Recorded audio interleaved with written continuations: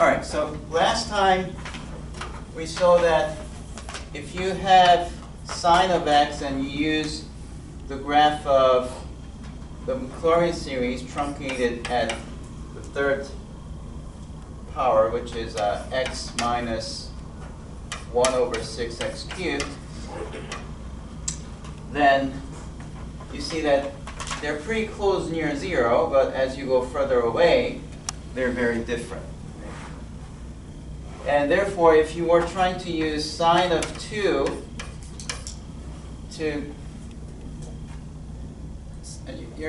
if you're trying to use the maclaurin series to get an estimate for sine of 2, then you will need to include more terms because it's pretty different when you're far away from 0. Right? So that makes us wonder if there's a better way to approximate this, because even if you include, say, 10 terms, the sine of 2 won't be that good of a approximation. So what you want to do is to come up with a different approximation that's close to the sine x near, this is x equals to pi over 2, so that the graph might be something like that. Then they might be different as you go further away. And such a thing is called a Taylor series. And I'll just try to do the calculation. And once you see the calculation, you'll start to see what I'm saying. Okay, so the idea is this. Sine of x, you want to rewrite this as a0 plus a1 x minus pi over 2 plus a2 x minus pi over 2 squared plus a3 x minus pi over 2 cubed, and so on and so on.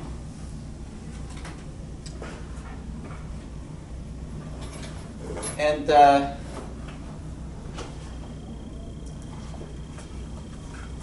this series differs from the maclaurin series from the fact that instead of just x squared, and x cubed, you have x minus pi over 2, x minus pi over 2 squared, and x minus pi over 2 cubed, right?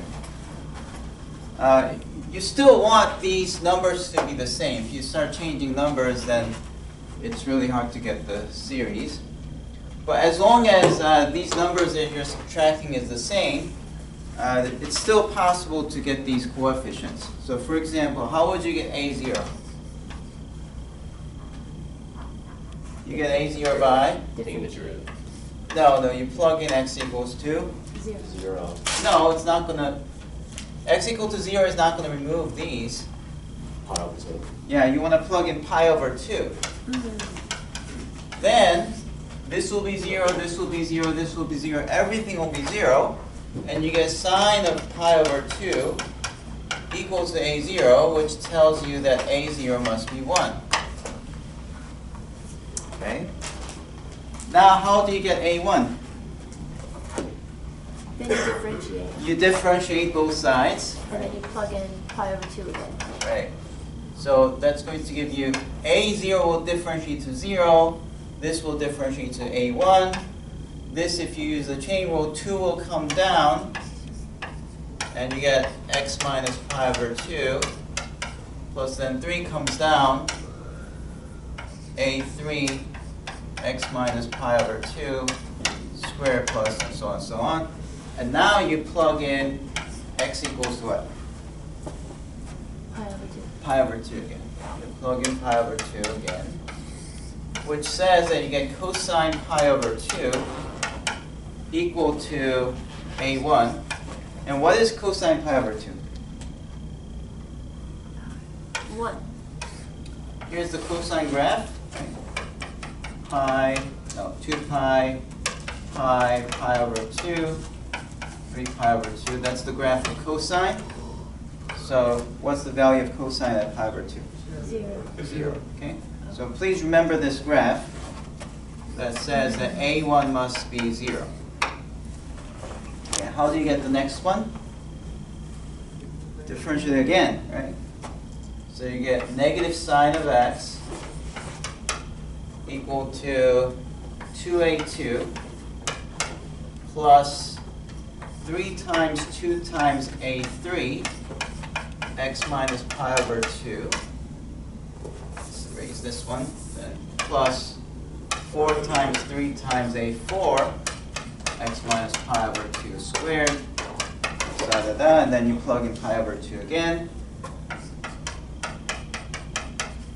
which says that you get negative sine of pi over 2 must equal to 2a2. And because sine pi over 2 is what? 1. Therefore, a2 must be negative 1/2. It's a minus, so it's negative 1/2. You differentiate again, you get the cosine. Cosine evaluated at pi over 2 is 0, so a3 is going to be 0. And then you differentiate again, you get then, the negative cosine now becomes positive sine, so that when you plug in pi over 2, you're going to get 1, but then all these factorials come down, so you're going to eventually get a4 equals to 1 over 4 factorial. Okay? So what's the result? We see that sine of x is now equals to 1 minus 1 over, I'll write 2 factorial instead of 2, x minus pi over 2 squared plus 1 over 4 factorial x minus pi over 2 cubed fourth minus 1 over 6 factorial x minus pi over 2 so 6. And you just keep doing it, you'll see that this pattern emerges. Okay? And then we do know that when you plug in pi over 2 to this, you get 1, and sine of pi over 2 is 1. So you do have this right side being a polynomial, or if you truncate the right side at some high power, you get a polynomial that agrees there. Yes? How come we have 1 over 2 factorial, but we only get 1/2? What is the factorial? What's 2 factorial? It's 2 times 1. Which is 2. So 1 over 2 factorial is Same thing. 1 over 2. Okay. All right. So you're going to get a graph which matches here, and then this is like minus x squared, so it's an upside down parabola, right? So it does have this shape. And if you actually truncate this at some point and you draw it, you'll see that the graph matches well with the sine function at pi over 2. So this has a name. This is called Taylor series of sine of x centered at x equals to pi over 2. That's how it's named. Okay?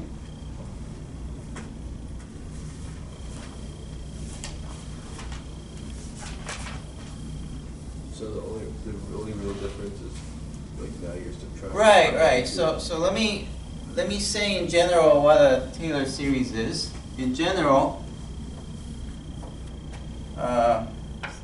Taylor series of f of x centered at x equals to a is f of x equal to summation of n going from 0 to infinity of an x minus a to the nth power. And if you compare this with the definition I gave for the maclaurin series, you'll see that the only difference is I have a minus a there. In fact, if you put a as 0, then you just get an x to the nth power. Okay. Which is the maclaurin series. So you can see that the maclaurin series is a special case of the Taylor series with a equals to 0. When it's expanded around 0, or it's centered around 0, then it's the Maclaurin series. Now, a lot of times people just call the Maclaurin series as Taylor series because it is a Taylor series. And unfortunately for Maclaurin, although he also found out what Taylor knew, people have a tendency to call everything just the Taylor series, not the Maclaurin series, even if it's centered around 0. Okay, so that's what I'm going to do a lot of times. I'll just call the Maclaurin series as Taylor series, and you should just accept it like that. Okay. But for some exam problems, if I don't want to write it long, then I'll just say x instead of Taylor series centered around x equals to 0, I'll just say find the Maclaurin series. Okay. So you just have to know the two concepts. Now, furthermore, there is something called a Taylor polynomial.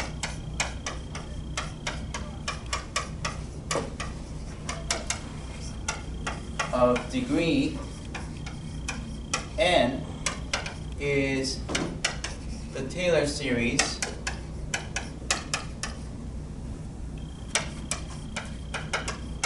truncated at x to the nth power, or x minus a to the nth power. So for this one, I'll do an example so that you can clearly see what I mean by that. Yes? But wasn't the Maclaurin series, didn't it have like 2n minus 1 factorial? Or is that, I didn't write that. Okay, so you're talking about sine of x having the Maclaurin series sigma n equals to 0 through infinity of -1 to the nth power of 2n minus 1 factorial. Actually, I should start from 1 then. Yeah. And then x to the 2n minus 1. So I guess you're unhappy because sometimes you have x to the 2n minus 1. What this is called as 2n minus 1 is this n. I'm just talking about the power where you truncate. It will become clear when we do an example. Okay. Now, before we move on to an example of a Taylor polynomial, I want to say one more thing. There's something interesting about this result. Because I remember last time when we did the cosine x, do you remember what it was? 1 minus Sine. 1 over 2 factorial x squared plus 1 over 4 factorial x to the 4th. Minus 1 over 6 factorial x to the 6 Yeah. plus 9. Yeah, right? So these are exactly the same coefficients. And the only difference is instead of x, you have x minus pi over 2. So this is just a side remark, not an important one. But somehow, just by coincidence, we managed to find out the following thing. This is same thing as cosine of x minus pi over 2. Because if you take this series and replace x by x minus pi over 2, you get exactly this series, right? So you might wonder, oh, is it true that sine x is same as cosine x minus pi over 2? Is that right? It is, because if you compare the two graphs, sine is this, and then the cosine is this, from 0 to 2 pi. Okay? And if you take the cosine graph and move it pi over 2 to the right, you get the sine graph. Now, what kind of transformation does this do? If you have a graph of cosine x and you replace x by cosine x minus pi over 2, where does the graph move? 1 minus 1 half. To the right. Yeah, it moves right by pi over 2, right? So it's exactly saying the following. If you take the graph of cosine x, then you move it right by pi over 2, it should match with the sine function. And it does. If you actually draw the 2 and then you move it, you see that they exactly match. Okay?